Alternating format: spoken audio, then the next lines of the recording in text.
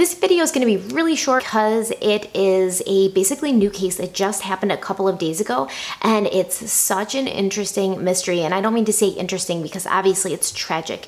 Something terrible is going on, and I don't want to say interesting, but at the same time I am interested in true crime, and to kind of watch this unravel is kind of cool, to be in the middle of it and watch it go day by day. And I will keep you guys updated with short videos here and there as new information comes out on this case, and hopefully it's solved soon. But this is the case of Jayme Closs. So Jayme Closs is a 13-year-old girl who has gone missing just a couple of days ago. Authorities a short time ago before the cameras taking questions in the nationwide search for a missing 13-year-old girl, fearing she could be in danger tonight after her parents were found dead in their Wisconsin home. Police say there was a 911 call from the home. They heard noise, but that no one was able to talk into the phone.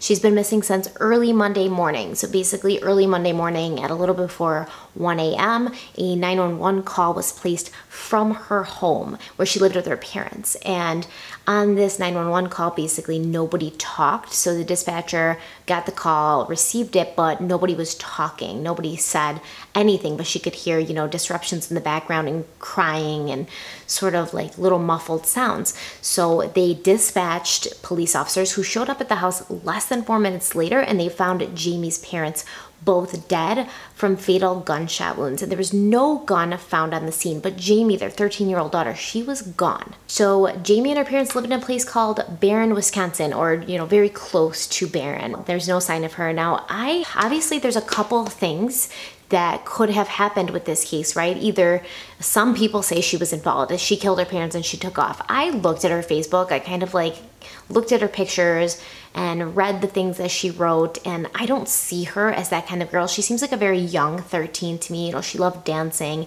She seemed to be, you know, really on good terms with her parents. She had, you know, beautiful things, beautiful pictures. She seemed to like to take pictures. She had beautiful pictures on her Facebook and little quotes that said like, be happy or stay happy. So she doesn't seem like the type of girl that's just gonna up and shoot both of her parents. Another possible theory for what might have happened is somebody else came into the house and killed her parents, and she was probably hiding in the house when that happened, and maybe she's the one that dialed 911 but was afraid to talk and say anything because she didn't want to be discovered. Then after, you know, they killed her parents, maybe they found out she was there and they took her so there would be no witnesses. But once again, that's a very short time between the 911 call and the time that officers arrived at the home. It was less than 4 minutes. So these people would have had to have, you know, found her and like taken off very quickly, because when the cops did arrive at the home, there was no sign of anybody and there's no sign of any vehicles like leaving or coming to and from the scene. So we really don't know anything about this. We don't know why Jayme's mother and father were killed. There's no motive as of now. Could it have been a murder-suicide? It's possible, but there was no gun found on the scene, and typically in a murder-suicide you would find a gun on the scene. So there's no real motive. We don't know why. We don't know where Jayme is. We don't know if she witnessed it. We don't know if she was home at the time. We don't know who has her or if anybody does have her. So basically what I want to do right now is just set the stage for this, get everybody out there looking for her. At this point, she could be in a lot of trouble. At this point, she could be anywhere with anyone. We need to, you know, keep an eye out for her. And as like a community on YouTube and the internet, we have so many eyes and ears everywhere. We can kind of take control of the situation and just keep an eye out. So Jayme is about 5 foot tall. She's 100 pounds. She has green eyes and strawberry blonde hair, and she's 13 years old. I'm gonna put her picture up here.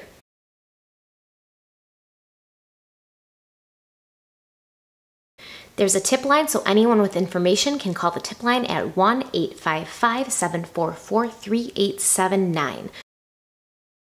Please just keep an eye out for this girl, whether you're in Wisconsin. There has been sightings of her all over the place. They did say that they saw a sighting of her in Miami, that they think it was her, and she was in a black SUV with Wisconsin plates, and she, you know, seemed to be okay, like she was there of her own free will, but we still don't know if this was her. So apparently there was surveillance video showing somebody that they thought was Jayme and a black Ford Explorer with Wisconsin plates at a gas station. But the Barron County Sheriff, Chris Fitzgerald, whose department's leading the investigation, he told reporters Tuesday afternoon that Wisconsin investigators and the FBI checked out the video and that it couldn't be considered credible information because it didn't come from his team. So I'm not sure what that means. If a tip comes in that's not from your team, or like your, what does it mean, your team, like the people working directly under you? If a tip comes in that's not from them, it's not considered credible information. So why have a tip line? I mean, that was kind of confusing to me. Why is this not credible? Besides the fact that it didn't come from your team, isn't any tip that comes from anybody who's in a different place where she might have been seen credible if you can verify it? So I don't know what that's about. But anyways, Jayme's been described as a really good girl, super friendly, super giving. You know, she was once asked, if you were given $1 million, what would you do with it? And she said, give it away to the homeless. She loved to dance. She loved to laugh. She loved life. She was a really good girl. Like, she always had a big smile on her face. And, you know, there's nothing to say she had anything to do with this, but there's definitely enough to suspect that she could be in big trouble. So please keep your eye out for Jayme Closs. Okay, guys, we will keep going with this case as it kind of unfolds, and I'll give you updates as it happens. Thanks so much for being here with me. I will see you again next time. Stay kind, stay beautiful. Mwah. Bye.